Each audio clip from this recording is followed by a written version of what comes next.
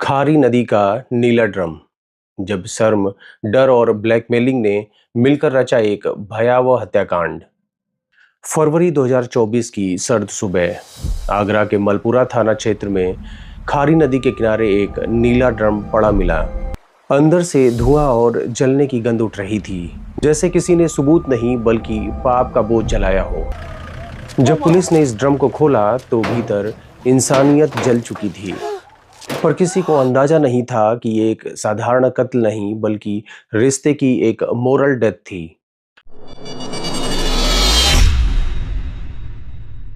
20 फरवरी 2024 की सुबह जब ग्रामीणों ने नदी के किनारे जली लाश देखा तो इलाके में सनसनी फैल गई।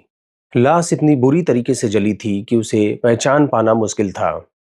चेहरा काला पड़ गया था और शरीर राख का ढेर बन गया था और कपड़े के सिर्फ धागे ही बचे थे।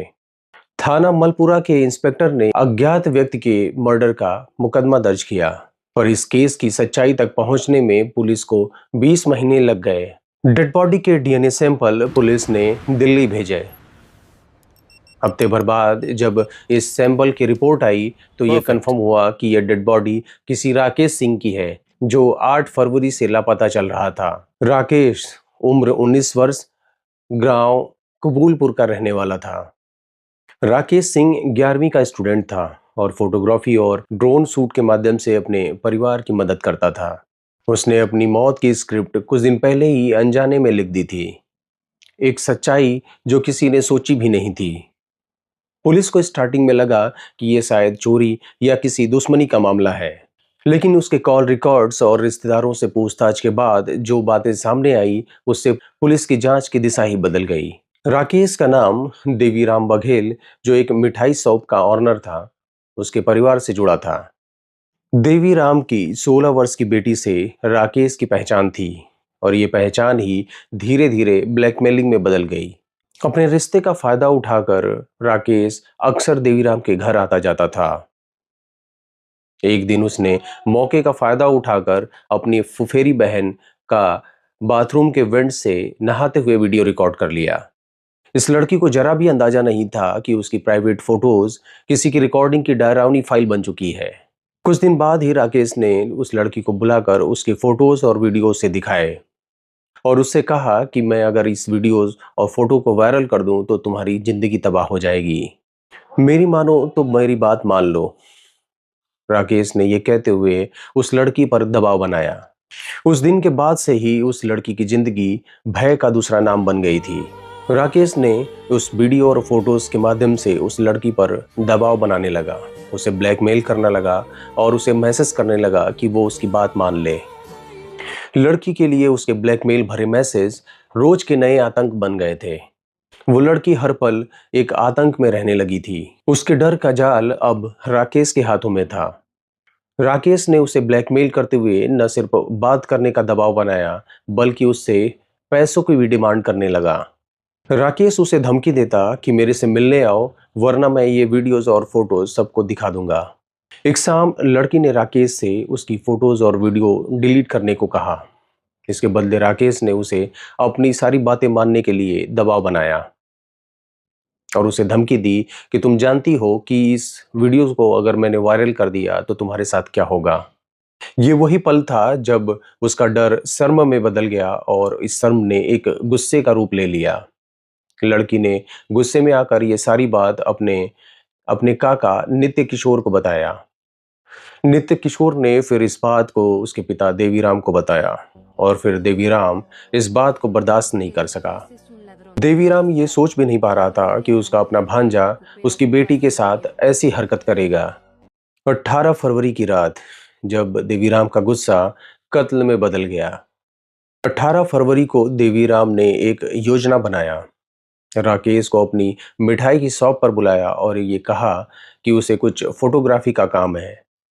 राकेश बिना किसी डाउट के उसकी मिठाई की शॉप पर पहुंचा, जहां एक डेंजरस प्लानिंग उसका इंतजार कर रही थी। जैसे ही राकेश ने कमरे का दरवाजा बंद किया, देवीराम और राकेश में बहस छिड़ गई।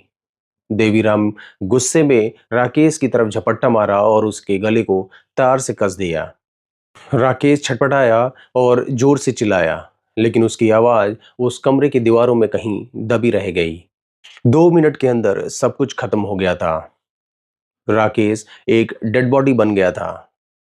मर्डर के बाद देवीराम ने नित्य किशोर को बुलाया और फिर दोनों ने मिलकर इसके डेड बॉडी को एक प्लास्टिक के नीले ड्रम में भर दिया। उसके उस ड्रम के ढक्कन को बंद करते हुए देवीराम ने यह कहा कि अब किसी को पता भी नहीं चल पाएगा। रात के 1 बजे ये दोनों उसकी डेड बॉडी को एक लोडर में लेकर निकले।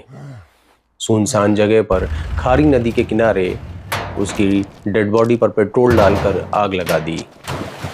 इसके बाद उसका फोन और वो तार जिससे इसका मर्डर किया गया था और उसका मफलर उस डेड बॉडी के साथ नदी में फेंक दिया और राकेश की बाइक वहीं नदी के किनारे छोड़ दी। इसके बाद देवीराम दिल्ली भाग गया। 2024 में जब डीएनए रिपोर्ट से यह कंफर्म हुआ कि ये लाश राकेश सिंह की है, इसके बाद कॉल रिकॉर्ड्स और मोबाइल लोकेशन से यह पता चला कि हत्या की रात राकेश और देवीराम दोनों एक ही जगह पर थे। एफएसएल टीम को राकेश के मोबाइल फोन से निकाले गए डेटा के अंशों में वो वीडियोस, फोटोज और मैसेजेस मिल गए जिसका जिक्र उस लड़की ने अपने बयान में किया था। ये सबूत पुलिस के लिए काफी निर्णायक साबित हुआ। 15 सितंबर 2025 को पुलिस ने देवीराम को दिल्ली से गिरफ्तार किया। गिरफ्तारी के बाद देवीराम पहले टाल मटोल करता रहा, लेकिन जब उसके फोन में राकेश को भेजी गई ऑडियो रिकॉर्डिंग मिली तो वो टूट गया। देवीराम ने पुलिस को बताया कि वो मेरी बेटी को तंग कर रहा था। उसके फोटोज और उसकी वीडियो से उसे ब्लैकमेल कर रहा था। मैंने सोचा कि इसकी मौत के बाद ही मेरी बेटी बच सकेगी। देवीराम ने पुलिस के सामने इस मर्डर के हर एक मोमेंट को एक्सेप्ट किया। उसे अपनी मिठाई की दुकान पर बुलाना, उसका गला घोटना और उसे ड्रम में भरकर उस पर पेट्रोल छिड़क कर उसे आग लगाना। देवीराम की आंखों में जरा सा भी पछतावा नहीं था, बल्कि एक थका हुआ गुस्सा था। वहीं दूसरी तरफ जब पुलिस ने लाल सिंह और सुमन देवी, जो राकेश सिंह के माता पिता थे, उनको उसके बेटे की डेड बॉडी के बारे में बताया तो उन्होंने उसके डेड बॉडी को पहचानने से भी इनकार कर दिया। उन्हें ये विश्वास नहीं हो रहा था कि उनके अपने रिश्तेदार ने उनके बेटे को इस तरीके से बेरहमी से मारा। राकेश का छोटा भाई अपनी पढ़ाई छोड़कर अपने पिता के साथ अपने भाई के न्याय के लिए लड़ाई में लग गया। उसका परिवार आर्थिक तंगी से जूझने लगा। इस मर्डर का मुख्य आरोपी देवीराम जेल की सलाखों के पीछे है, जबकि उसका भतीजा नित्य किशोर अभी भी फरार है। आज भी मलपुरात क्षेत्र के लोग जब उस खारी नदी के किनारे से गुजरते हैं तो उस नीले ड्रम की कहानी फुसफुसाते हैं। लोग कहते हैं कि वहां मिठाई और जले तार की खुशबू साथ साथ आती है, मानो रिश्ता, भरोसा और बदला तीनों एक साथ साथ जल गए हो। With the heat under sunshine, pylons will meet while rain is falling.